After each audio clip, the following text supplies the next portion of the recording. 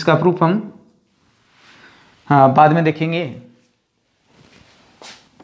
इसका स्क्वायर करें तो एम स्क्वायर बराबर आ जाएगा m naught square 1 minus v square upon c square. ये एम स्क्वायर की जो वैल्यू है मैं यहां से यहां रख देता हूं, तो क्या आएगा,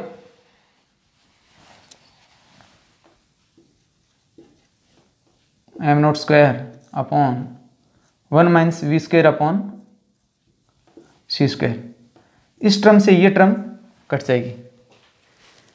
कहने का मतलब ये जो वैल्यू है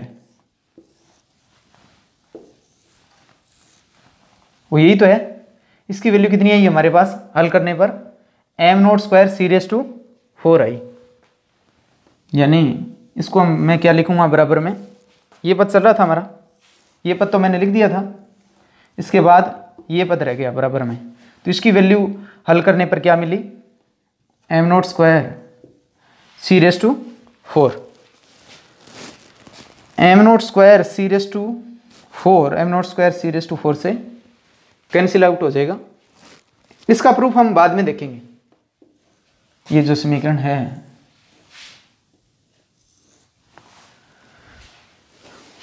आइंस्टाइन का अपेक्षिकता का विशिष्ट सिद्धांत पढ़ेंगे, उस चैप्टर में इसका प्रूफ हम देखेंगे। तो ये हमारे पास क्या शेष रह गया देखें, इसको मैं मिटा देता हूं।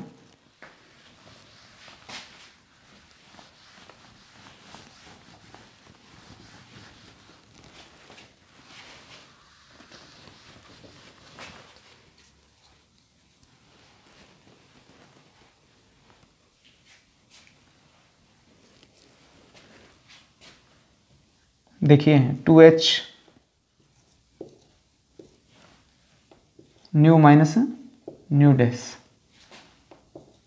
एम नोट सी स्क्वायर की जो वैल्यू है वो क्या ही हमारे पास, इसकी वैल्यू देखना चाहते हैं तो इसको बराबर के उस तरफ भेज दें। क्या आएगा, 2h square nu nu dash minus के साथ 2h square nu nu dash cos phi.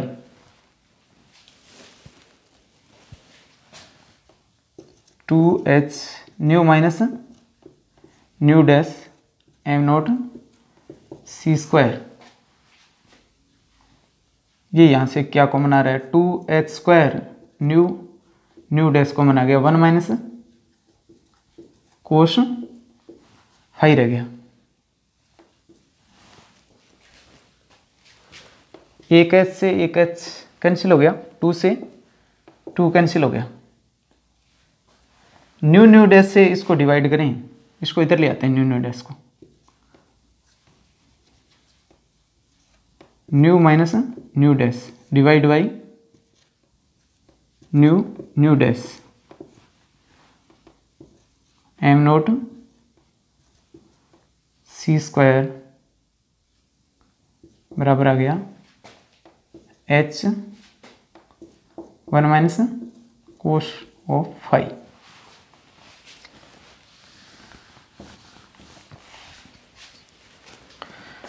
इसको सरल करें तो क्या मिलेगा, अलग अलग डिवाइड कर देते हैं, न्यू से न्यू कट गया, क्या बचा यहाँ तो न्यू डैश। इसमें अलग से डिवाइड करें इसको तो क्या बचेगा, न्यू डैश कटेगा, अब की बार क्या बचेगा, न्यू बचेगा। कहने का मतलब इसको कैसे हल किया है, देखिए new minus nu dash upon new nu dash, इसको हम क्या लिख सकते हैं, new upon new nu dash minus nu dash upon new nu dash, अलग अलग भाग दे सकते हैं। तो यहाँ तो क्या कट गया, न्यू कट गया, और यहाँ क्या कट गया, न्यू डैश कट गया।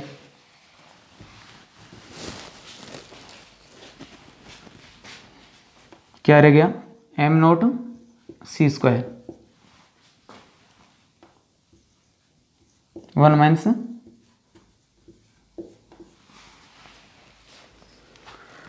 कोस फाई, और न्यू क्या होता है हम जानते हैं, न्यू क्या होता है, सी अपॉन लेमडा होता है।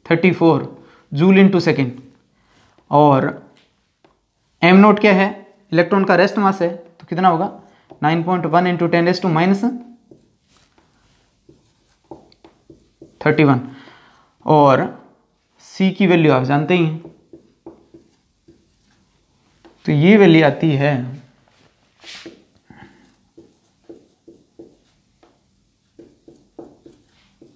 -10। ये देखिए डायमेंशन देखें यहाँ पर, जूल इंटू सेकेंड, यहाँ केजी लिया, यहाँ मीटर पर सेकेंड लिया, तो इसको यहाँ हल करने की जरूरत नहीं है मात्रक को, यहाँ से देख सकते हैं हम मात्रक को। देखिए इसका कोई मात्रक नहीं है, ये 1 है, इसका कोई मात्रक नहीं है। कोश त्रिकोणमितीय अनुपात होता है, इसका मात्रक नहीं है, तभी तो 1 में से ये घट रहा है। बिना मात्रक की राशि बिना मात्रक की राशि से ही घटाई जा सकती है, तो ये मात्रकहीन राशि है।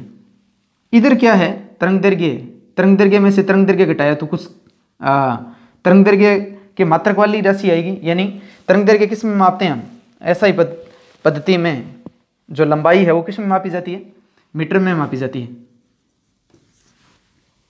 तो इधर भी मात्रक क्या रहेगा, मीटर का रहेगा। यानी बराबर के इस तरफ मात्रक किसका आ रहा है, मीटर का आ रहा है, तो उधर भी क्या आएगा, मीटर का ही आएगा। 10⁻−10 मीटर को हम क्या कह देते हैं, एंगस्ट्रम भी कह देते हैं। इसको क्या बोलते हैं, देखिए ये जो डायमेंशन है वो वेवलेंथ की है ना। देखिए वेवलेंथ को हम एंगस्ट्रम में माप रहे हैं, ये एक प्रकार की लंबाई है, इसको किस में मापा जा सकता है, मीटर में भी मापा जा सकता है। तो ये जो राशि है वो किसका मात्रक रखती है, वेवलेंथ का, इसलिए इसको क्या बोलते हैं, लैम्डा सी, कॉम्पटन वेवलेंथ बोलते हैं इसको, कॉम्पटन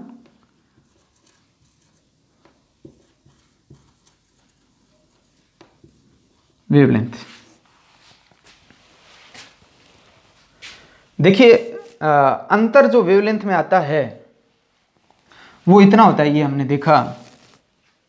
अधिकतम अंतर कितना आ सकता है वो देखें, यानी किसी लक्ष्य से एक्स किरणें टकराएं तो उसके तरंग दैर्घ्य में क्या होगा, परिवर्तन हो जाएगा, तरंग दैर्घ्य बढ़ जाएगी, लेकिन अधिकतम कितनी बढ़ सकती है वो देखें। लैम्डा डैश माइनस लैम्डा बराबर क्या आया, h/m0 c1 - कोस फाई। यानी इलेक्ट्रॉन से जब फोटोन टकराता है, एक्स किरणें टकराती हैं, तो इनकी तरंग दैर्घ्य में क्या हो जाती है, वृद्धि हो जाती है। यही तो क्या है, क्वांटम इफेक्ट है। ये हमारा इलेक्ट्रॉन और ये क्या है, फोटोन या एक्स किरणें कहते हैं। इनकी तरंग दैर्घ्य है वो बढ़ जाती है, लैम्डा डैश हो गई और ये लैम्डा हो गई। अधिकतम परिवर्तन कब आएगा, देखिए इसमें यहां देखने से पता चलता है, ये एंगल क्या था, फाई था। ये वैल्यू अधिकतम कब हो सकती है, अंतर कब अधिकतम आएगा, जब ये क्या होगा, अधिकतम होगा। h/m0c तो क्या है, कॉन्स्टेंट है, यानी ये वैल्यू क्या हो, अधिकतम हो। ये वैल्यू अधिकतम कब होगी, जब कोस फाई क्या मान दे, -1 मान दे। और कोस फाई -1 कब होगा, -1 कब होगा, जब फाई की वैल्यू क्या हो, पाई रेडियन हो, या फिर यूं कहते हैं डिग्री में 180 डिग्री हो।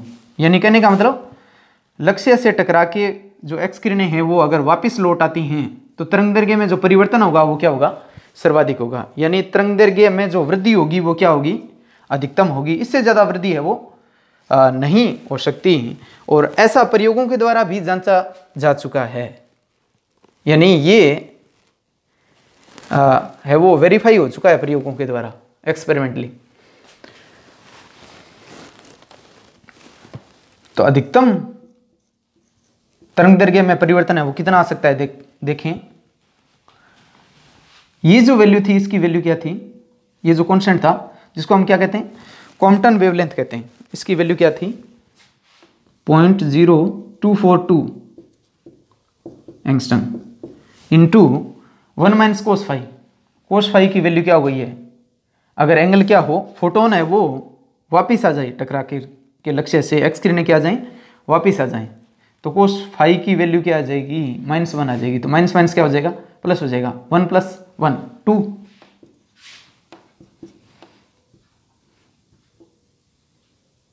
ये हो जाएगा। यानी अधिकतम जो परिवर्तन आ सकता है एक्स किरणों के तरंग दैर्घ्य में वो कितना हो सकता है 0.0484, इससे ज़्यादा नहीं हो सकता। तो ये था कॉम्पटन शिफ्ट का डेरिवेशन।